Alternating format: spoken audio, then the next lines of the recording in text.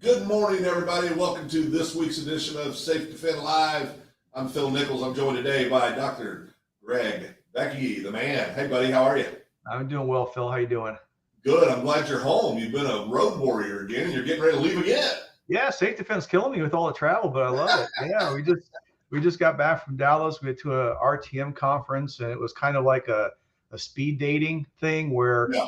prior to going to the conference, we were matched with people that have interest in like school security and stuff. It's mostly school safety people and things like this, and it was kind of like you sit down for 30 minutes and it's like just a conversation, and it was really really good. And then I'm blasting off on Sunday to go to New York and Massachusetts to do some run, hide, and fight training for one of our corporate clients. Well, luckily, though, Dr. V, you never traveled in your previous life, right? So No. never gone. Here's the deal. I go to Dallas and New York instead of places like Lagos and Iraq and all these. Exactly. Little better. Little easier travel schedule. What you used to. Yeah. So much better. Yeah. Well, Dr. V, let's jump in right now. Let's talk about. I know there were a couple subjects that we were talking about beforehand that we wanted to kind of go over, and why don't you? I'm just going to let you jump in and let's talk through it. Well, I kind of want to talk about the other, 1,000-pound gorilla or whatever you want to call it in the room when you're talking about, these active killer attacks and, everything that's going on every time you turn the news on. Last week we touched a little bit on mental illness, right? And how you got to be really careful that, mental illness is not necessarily correlated and certainly not a causation of these attacks, but mental illness happens a lot, and we talked about that. The other thing is the big, the G word, right? The gun word, right? Everybody gets wrapped around the axle on the gun and things like this. And wanted to just kind of touch on that because you got to realize that, like mental illness, the gun is a tool that's used by the attackers, and it would be considered a threat enhancer, not a cause. And the reason I say that is because there's a lot of when you it's such a politically hot issue, and I'm trying to stay away from that. Okay, right. People that are crazy, gun lovers, people that hate them and stuff like this. But let's just look at facts and just really what this is about. The bottom line is that all of these shootings, these killings, and things like this are basically as a result of some sort of grievance. Rather they feel wrong, they feel bullied, persecuted, they have a significant loss in their life. Maybe it's ideology, right? It could be religious ideology, it could be political ideology. Bottom line is all those are just variations of grievance. They got a beef with someone at the school, right? At the workplace, with the workplace, things like this. And that gets to the point where they get into a crisis. So essentially, nearly all these people were in crisis from their perspective. And that's the way we look at it. Now, I will tell you, though, and I will give advice to anyone who comes to me and asks, okay, what's the best way to kill somebody? I will say get a rifle with lots of magazines and go to town, because that is the best way to kill people. There's no doubt about it. And of course, if you are grieved to the point where you decide that violence is the answer and deadly violence is the answer, then what would you do? Well, of course, I would grab a gun. But here's something to consider. You think everybody brings up, is one of the everybody brings up because it's true, right? One of the worst massacres that's ever happened. It was just heartbreaking. Happened on December 14th of 2012, right? We know what that is, right? That's Sandy Hook. And during that attack, there were 20 children, 20 casualties. Okay. And I don't know how many people realize, but on that exact same day in China, there was a attack in a school, and there were 23 children who were casualties in that attack. And the difference is that Sandy Hook, the person used a gun, and in China, the person used a knife. Yeah. And so that's one of the things, when we're doing threat assessment, we're trying to figure out, who might be violent. We got to always go back to the direct behaviors, right? Of what steps everybody goes through. it's a grievance, and then it's violent ideation. That's the point they decide that violence is the answer. And of course, at that point, they're going to start looking, research and planning, looking for, weapons and their strategy and their tactics and how they're going to do it, what steps they're going to go through, things like this, until finally they, can get the gun or things like this. Even in Chapel Hill, North Carolina, a number of years ago, there was an immigrant who was the attacker. And he tried like to get a gun, and he couldn't get a gun. So what did he do? He ran a bunch of people over with a vehicle because that's the best thing he could do. We had, Dr. V, we had a situation here in Oklahoma a few years back at homecoming at Oklahoma State University where a person drove their car through people and killed several. I mean, so to your point, if they want to, they'll find a way. Yeah. And so, when we're talking about this stuff, it's like, okay, it is the tool and it is terrible. I'm not saying that, we just basically ignore the gun, but we have to really, when we're looking at behaviors or looking at motivation, it's really not about the tool. Now, knowing that they're going to get the most efficient tool possible, that's a completely different discussion. And there are things that certainly you want to do. You don't want to have, a 6-year-old, right, have access to a gun and things like that. So obviously there are things that need to be done to, to mitigate this threat enhancer, which is what it is, right?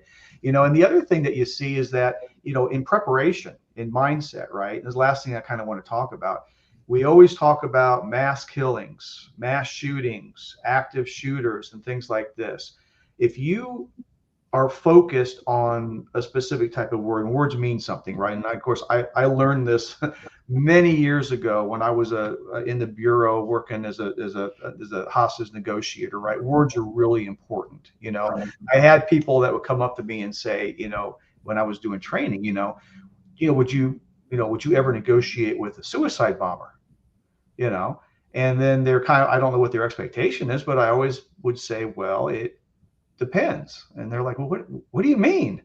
And I said, well, it depends what they say to me, right? If they say, I want to kill myself versus I'm willing to kill myself, it's two different things. Right. The first thing is get the hell out of there, right? And the second thing is, hey, he's willing to, but there's opportunity to negotiate, right? Right. Well, if you are let's say a school security officer or superintendent, or you are a security person in a corporate environment, things like this, and you're looking at the potential of a shooting or a attack by an employee, student, or things like this, it's about probabilities, right? And so all you can do is look at probabilities. But one of the things that happens is that you are like forming your definitions based on an active shooter, and you do everything you can to mitigate an active shooter, then you're going to miss the knife. You're going to miss the person who gets into a truck and drives through the lobby of the building and runs everybody over, right? Because they have metal detectors up there. They're expecting guns. So if you expect guns, you're going to miss the other stuff. So what I like to do is try to back up a little bit, right? And look at it, and people who know me very well get tired of me beating this dead horse, but talking about the standpoint that these attacks, okay, where people want to kill and destroy people because of a grievance in schools and workplaces and things like that, are active killers. Okay, an active shooter is a subset of an active killer. It's basically the same person, the same guy, whatever, but he has a gun. But there's active knifers. There's active, drivers, that want to kill people with vehicles and things like this.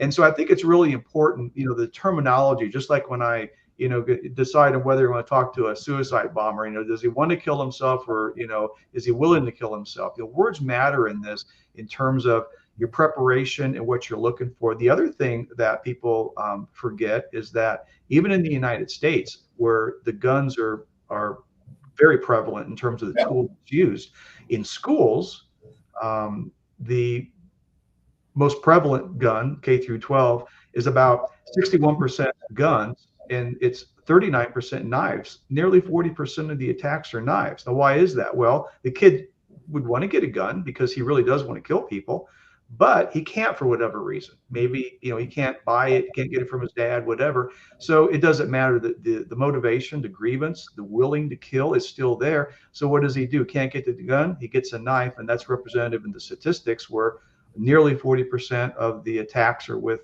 edged weapons in K through 12 schools. So again, if you're a school resource officer, or you are a security person or superintendent, and you're planning on the gun, you have a 40% chance of really missing that knife, not looking for it, not having contingencies, emergency plans, and things like that.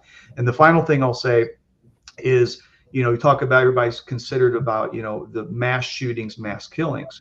Well, the problem I have with that is that, of course, those are terrible things. And depending on the definition, it's 3 or more people dead, not including the perpetrator. FBI views it as 4 or more people. But here's the bottom line. Rather it's 1 life, 1 casualty, 1 injury, or 4, why do we make that difference? Because I want to prepare for everything. I want to prepare my students, my clients, the people that I deal with, that I consult with, to be ready for any type of attack as much as possible based on probability. And that means that you can't prep yourself based on the tool that's going to be used or how many people are going to die. 1 death, 1 injury with any weapon is worth the effort to engage in threat assessment and proactive measures, as well as understanding how best to deal with it once the attack occurs. Yeah, I'm so glad you talked about this. We've had that conversation internally here in my office. Should we say active shooter, active killer? Everybody knows what active shooter is. Does everybody know? Well, I think everybody knows what active killer is. It's just we've been using the wrong terminology. Well, active shooters is kind of become Kleenex or Xerox, right? Right. I mean, that's, and that's understandable. And I understand it, from the standpoint of businesses trying to market or trying to get people's attention because they're trying to help and things like this. But I really think that we've got to be the pathfinders here and really push on changing that, the definitions of this stuff, and I understand that data is hard to get. And sometimes you just can't get data on, how many people use something other than a knife. And that's fine. That's still valuable stuff, right? But this focus on, mass shooters, I think, eliminates a lot of, potential. 4 out of 10. 4 out of 10. Yeah, right, exactly. Yeah. So I'll be honest with you, from you saying this, because I was looking at it in some of the discussions we were having with this in our office. Well, because I'm an old operator from the service, but I'm not an operator like you've been for your entire life. And I was looking at it purely from what I've done for the last 30 years, which is business. And so hearing what you just said makes so much sense to me. And I hope that our superintendents, our site principals, our HR directors, our owners of companies, I hope that when they hear this, they have the same, I think they will, they'll have the same reaction I did. It was what my daddy used to call that light bulb moment, right? Where you go, oh, good Lord. Yeah. Because what we're really doing is we're creating complacency unintentionally in our own thinking. That's exactly right. Like I said, if you're preparing for the gun, you're going to miss the knife or the vehicle, right? So it's all of it's important, right? And so regardless of the weapon, regardless of the location, it's about a person who is in crisis, who determines that violence is the answer. And once that's determined, that person is going to continue on that path until someone either stops him or can intervene with him. And oftentimes it's just sitting down and saying, hey, you seem like you're really having a tough time. What's going on? Yeah. Right. And getting them to talk, telling you the crisis intervention thing is one of the best things a school or a workplace can do in terms of preventing this stuff. And the trick is, which is not that hard, but it still requires training, is really to be able to identify those who are truly in crisis, so you can do some interventions to stop it. That's something I've really learned through our discussions, is that I think all of us would focus on the after it happened and the real answer is in intervention and prevention. That's where we're going to have the greatest impact to save lives and protect people. And I think today's conversation about guns, whether do you call it active shooter, active killer, the statistic of nearly 40% are knives. Those are the kind of, because now we're starting to really, because my wife's an educator, career educator, and I've had conversations with her, and she's a proud concealed carry lady, and is a better shot than her husband will ever dream of being. I don't know why that is. Really bothers me, but anyway, she is. They listen. Yeah, they listen. That's right. They don't know the difference, but I asked her one time. I said, "Could you do this if you had to? Let's say that you were allowed to carry in schools. Let's say I painted all the scenarios." She said, "I honestly don't believe I could because I know that child, and I care about that, and I think so. Sometimes when the immediate result or response is, well, let's just arm everybody, and we're now turning everything into the Wild West. I understand on a intellectual basis. If you're waiting for good people with guns to come, if good people already have guns there, I understand what they're thinking, but there's a lot lost in that. These are school teachers. These aren't trained professionals who train for this. To be quite frank, law enforcement, unless it's an HR, an HRT team or a SWAT team or something like that. These are usually folks that are working domestics and writing traffic tickets and breaking up fights and doing stuff like that. They don't even train so as much as they would like to. That's not a shot on them. It's just the truth.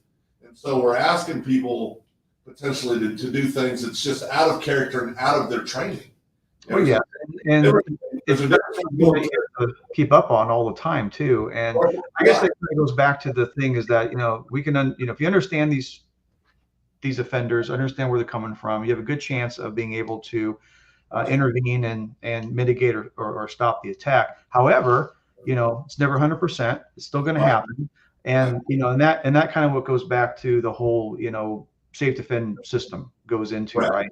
Where it gives you that instant notification. It takes that burden off of you so you can focus on your safety and the safety of your coworkers and students and things like that, right? And then, the tools, the safety tools that we provide, right? Non-lethal, easy to access, controlled access, and never asking them to go after the bad guy, just protecting themselves until it's safe. And that's the bottom line. And that's the reason we have such a great end-to-end system, in my opinion. There's no question about it. Well, Dr. V, what else you got for us today? That is it. I'm excited for the weekend because I'm going to be hopping on a plane on Sunday. So now, when you go to the East Coast, what's your preferred airline?